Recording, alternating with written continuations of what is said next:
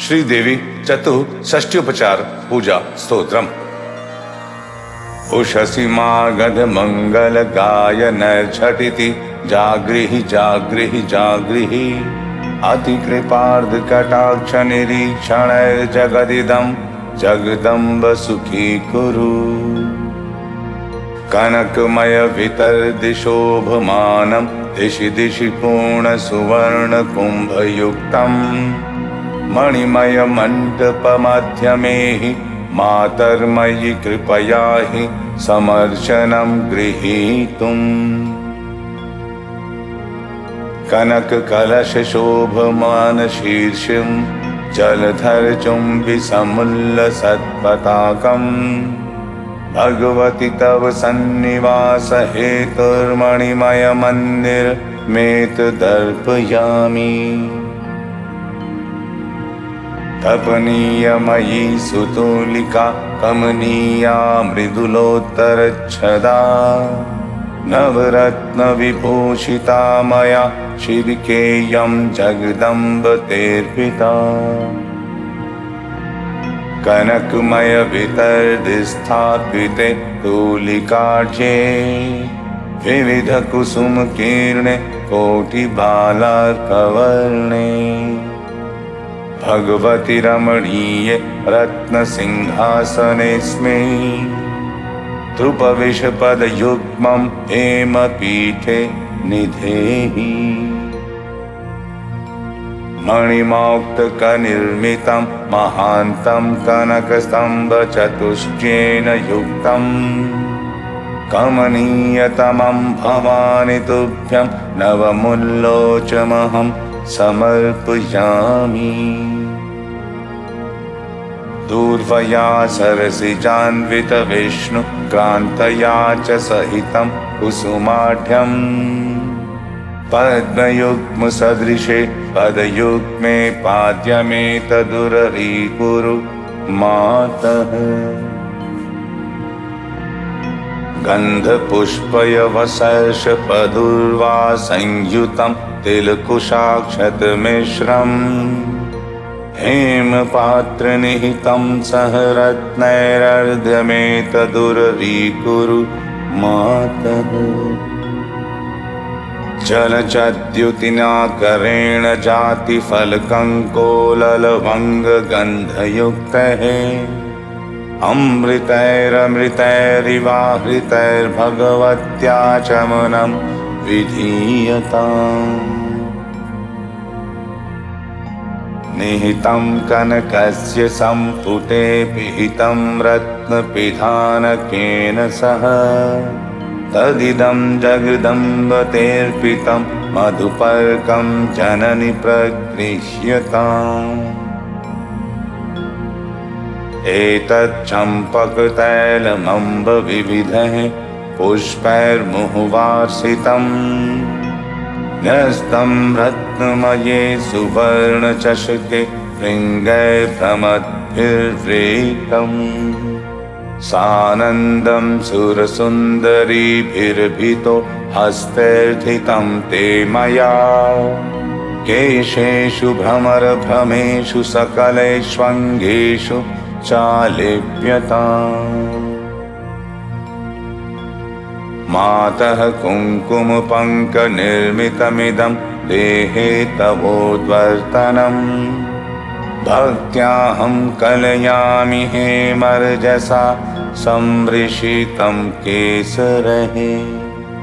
केशानामलकैर्विशोध्य विशदान् कस्तूरिवद्यन्वितैः स्नानं ते नवरत्नकुम्भसहितैः संवासितोष्णोदकैः।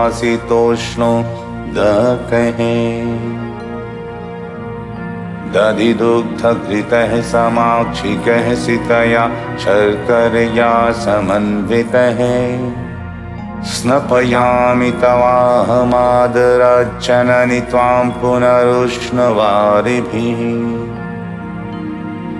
एलोषीरसुवासितैः कुसुमैर्गङ्गादितीर्थोदकैर्माणिक्यामलमौक्तिकामृतरसैः स्वक्षैः सुवर्णोदकैः मंत्रान् वैदिक तांत्रिकायान् परिपठन् सानन्दमत्यादरा स्नानं ते परिकल्पयामि जननि स्नेहात्वमङ्गीकुरु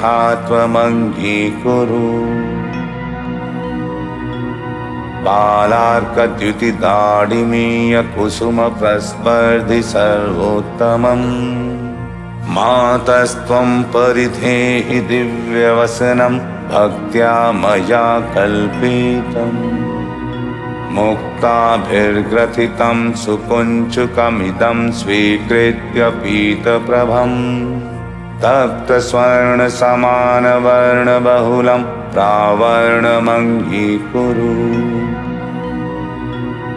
नवरत्नमये मयार्पिते कमनीये तपनीय पादुके सविलासमिदं पदद्वयं कृपया देवि तयोर्निधीयताम्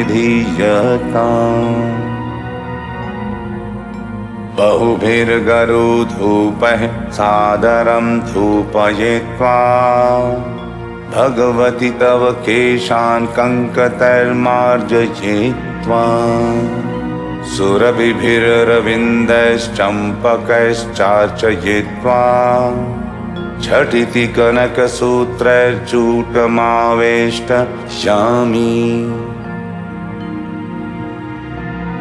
सौवीराञ्जनमिदमम्ब चक्षुषोस्ते विन्यस्तं कनकशलाकया मयाय तन्यूनं मलिनमपि त्वदक्षिसङ्गा ब्रह्मोन्द्राद्यभिलक्षणीयतामियाय मञ्जीरे पदयोर्निधाय रुचिरे विन्यस्य काञ्चीकटौ मुक्ताहारमुरोजयोरनुपमां नक्षत्रमालां गले केयूराणि भुजेषु रत्नवलयश्रेणि करेषु क्रमा ताटङ्के तव कर्णयोर्विनिदधे शीर्षे च चूडामणिम् धम्मिल्ले तव देवि हेमकुसुमान्याधाय फालस्थले मुक्ताराजिविराजमानतिलकं नासापुटे मौक्तिकम् मातमौक्तिर्गजालिकां च कुचयोः सर्वाङ्गुलीषूर्मिकाः कट्यां काञ्चन किङ्किणीर्विनिदधे रत्नावतंसं श्रुतौ मातः फालतले तवातिविमले काश्मीरकस्तूरिका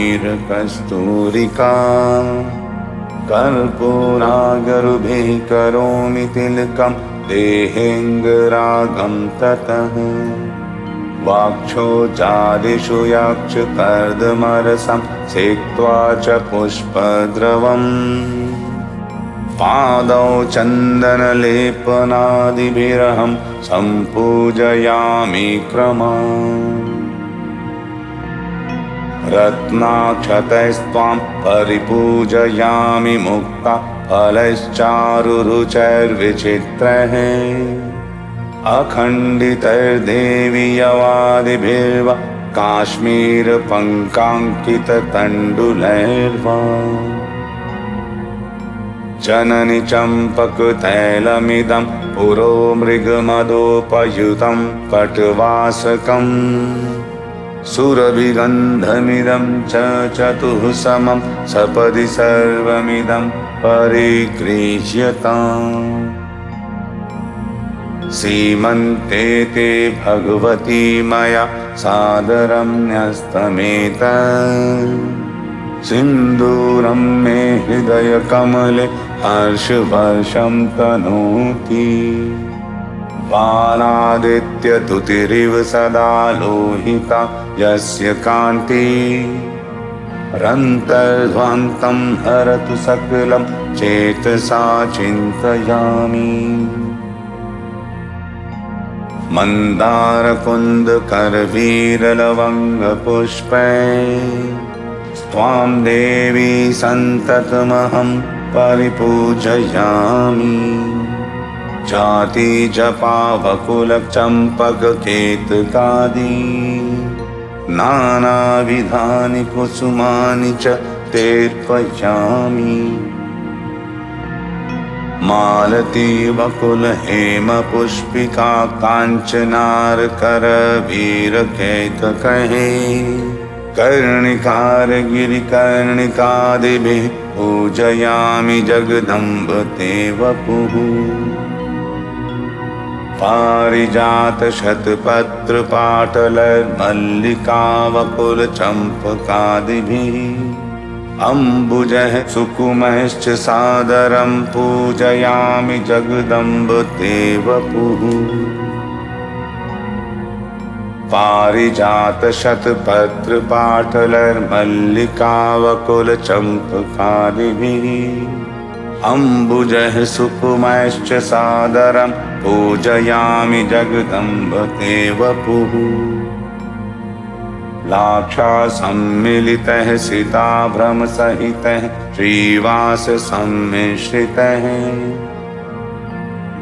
कर्पूराकलितः शिरैर्मधुयुतैर्गो सर्पिशालोडितः श्रीखण्डागरुकुक्कुलु प्रभृतिभिर्नानाविधैर्वस्तुभिर्धूपं ते परिकल्पयामि जननि स्नेहात्वमङ्गीकुरु।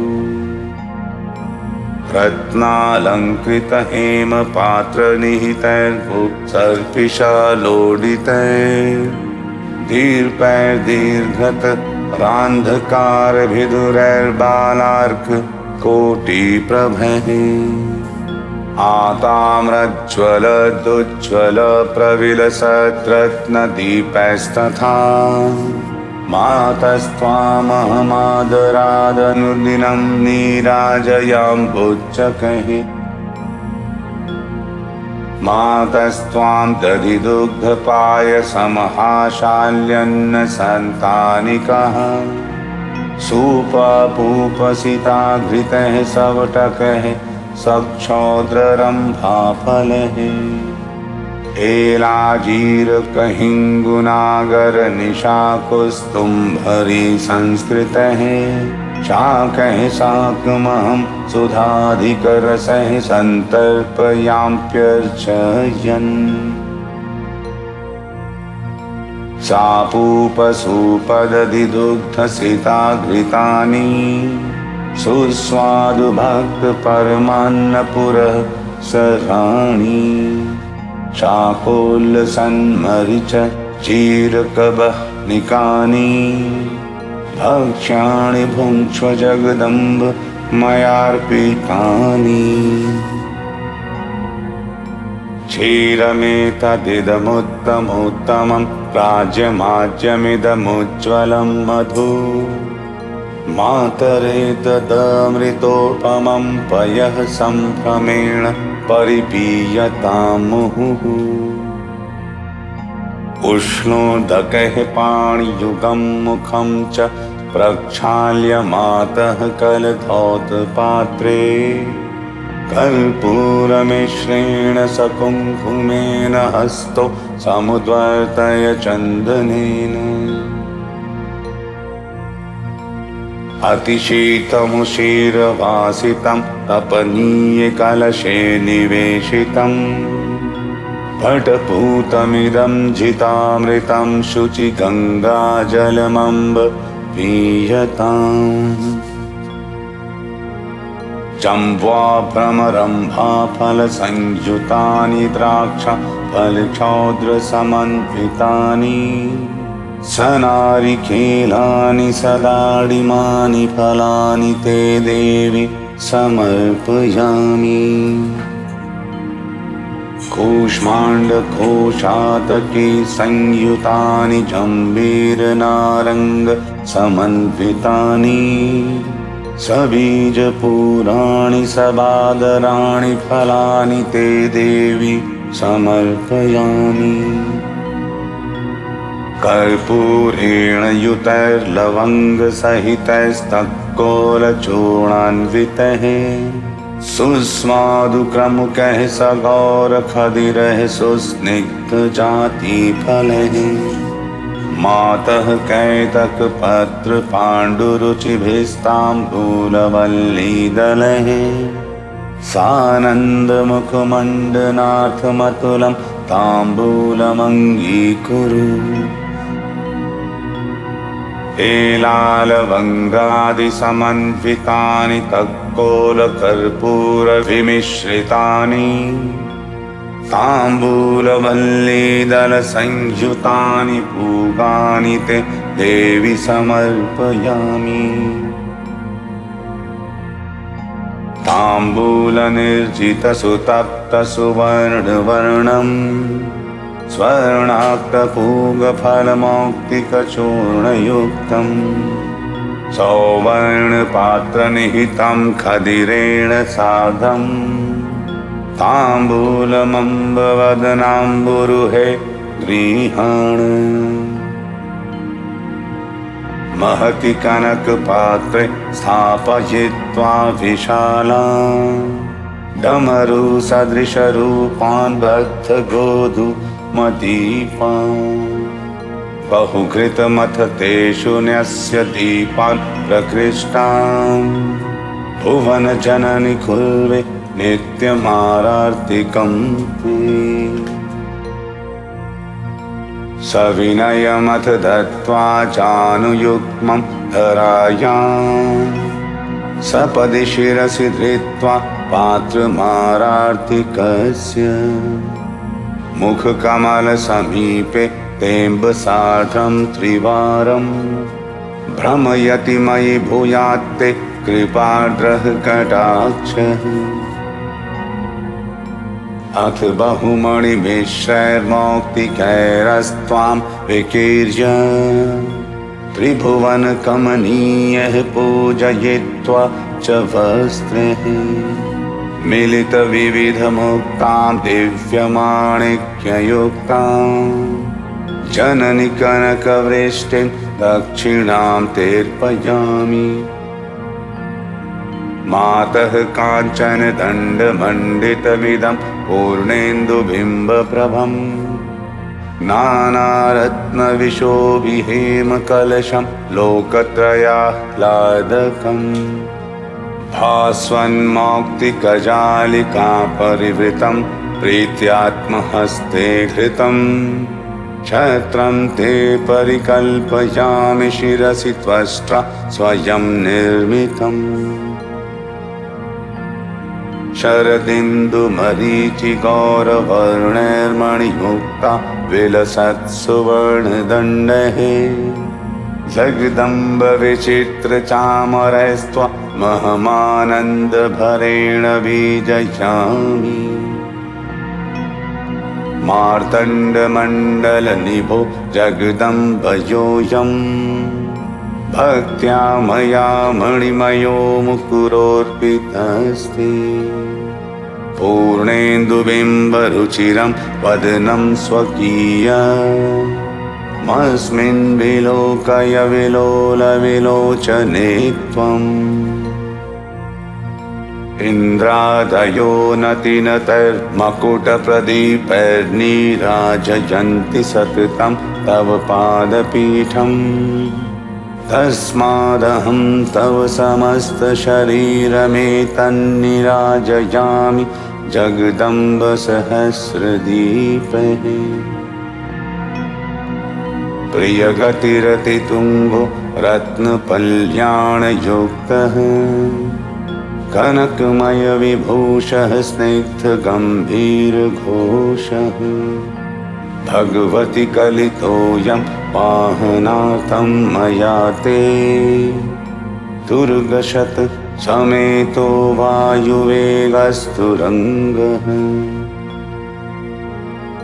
मधुकरवृतकुम्भन्यस्तसिन्दूररेणुः कनककलितघण्टा किङ्किणीशोभिकण्ठः श्रवणयुगल चञ्चच्चामरो मेघतुल्यो जननि तव मुदे स्यान्मत्तमातङ्ग एषः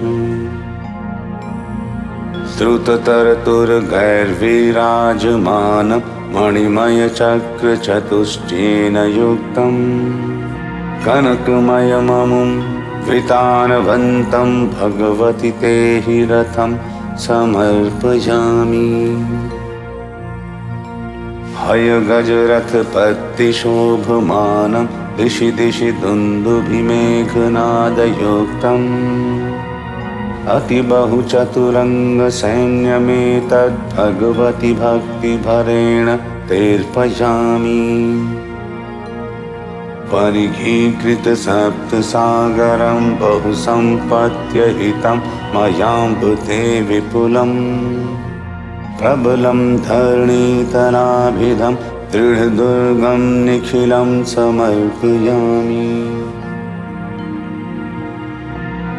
शतपत्रयुतः स्वभावशीतैरतिसौरम्भयुतः परागपीतः भ्रमरीमुखरीकृतैरनन्तैर्व्यजनैस्त्वां जगदम्ब बीजयामि। भ्रमरलुलितलोलकुन्तलालिविगलितमाल्यविकीर्णरङ्गभूमिः इयमतिरुचिरा नटी नटन्ती तव हृदये मुदमातनोतु मातः। मुखनयनविलासलोलवेणिविलसितनिर्जितलोलभृङ्गमालः युवजनसुखकारी चारुलीला भगवति ते पुरतो नटन्ति बालः। भ्रमदलिकुलतुल्यालोलधम्मिल्लभारः स्मितमुखकमलोद्य दिव्यलावण्यपूरः अनुपमितसुवेशावारयोषा नटन्ति परभृतकलकण्ठ्यो देवि दैन्यं धुनोतु। डमरुडिण्डमझर्झर झल्लरी मृदुरभद्रगणादयः झटिति झाङ्कृत झाङ्कृत झाङ्कृत बहुदयं हृदयं सुखयन्तु ते। विपज्जीषु सप्तस्वरान् वादयन्त्य स्तवद्वारि गायन्ति गन्धर्वकन्यः क्षणं सावधानेन चित्तेन मातः समाकर्णय त्वं मया प्रार्थितासि। अभिनयकमनीयैर्नर्तकीनां क्षणमपि रमयित्वा चेत एतद्वदीयम् स्वयमहमिति चित्रैर्नृत्यवादित्रगीतैर्भगवति भवदीयं मानसं रञ्जयामि। तव देवि गुणानुवर्णने चतुरानुचतुराननादयः तदिहैकमुखेषु जन्तुषु स्तवनं कस्तव कर्तुमीश्वरः। पदे पदे यत्परिपूजकेभ्यः सद्योऽश्वमेधादिफलं ददाति तत्सर्वपापक्षयहेतुभूतं प्रदक्षिणं ते परितः करोमि। रक्तोत्पला रक्तलता प्रभाभ्यां व्रजदूर्ध्वरेखाकुलिशाङ्किताभ्याम् अशेषवृन्दारकविन्दताभ्यां नमो भवानि पदपङ्कजाभ्याम्। चरणनलिनयुग्मं पङ्कजैः पूजयित्वा कनककमलमालां कण्ठदेशेऽर्पयित्वा शिरसि विनिहितोऽयं रत्नपुष्पाञ्जलिस्ते हृदयकमलमध्ये देवि हर्षं तनोतु। अथ मणिमय मञ्चुकाभिरामे कनकमय वितानराजमाने प्रसरदगरु धूपधूपितेऽस्मिन् भगवति वासगृहे स्तुते निवासः एतस्मिन् मणिखचिते सुवर्णपीठे त्रैलोक्याभयवरदौ निधाय हस्तौ विस्तीर्णे मृदुलतरोत्तरच्छदेऽस्मिन् पर्यङ्के कनकमये निषीदमातः तव देवि सरोजचिह्न्युः पदयोर्निर्जितपद्मरागयोः अतिरक्ततरैररक्तकहे पुनरुक्तां रचयामि रक्तताम् अथ मातरुषीरवासितं निजताम्बूलरसेन रञ्जितम् तपनीयमये हि पट्टके मुखगण्डूषजलं विधीयताम् क्षणमथ जगदम्बमञ्चकेऽस्मिन् मृदुतलतूलिकया विराजमाने अतिरहसि मुदा शिवेन सार्धं सुखशयनं कुरु मां हृदि स्मरन्ति मुक्ता कुन्देन्दुगौरां मणिमयमकुटां रत्नताटङ्कयुक्तां मक्षस्त्रपुष्पहस्तां भयवर्करां चन्द्रचूडां त्रिनेत्राम् नानालङ्कारयुक्तां सुरमकुटमणिद्योतितस्वर्णपीठां सानन्दां सुप्रसन्नां त्रिभुवनजननीं चेतसा चिन्तयामि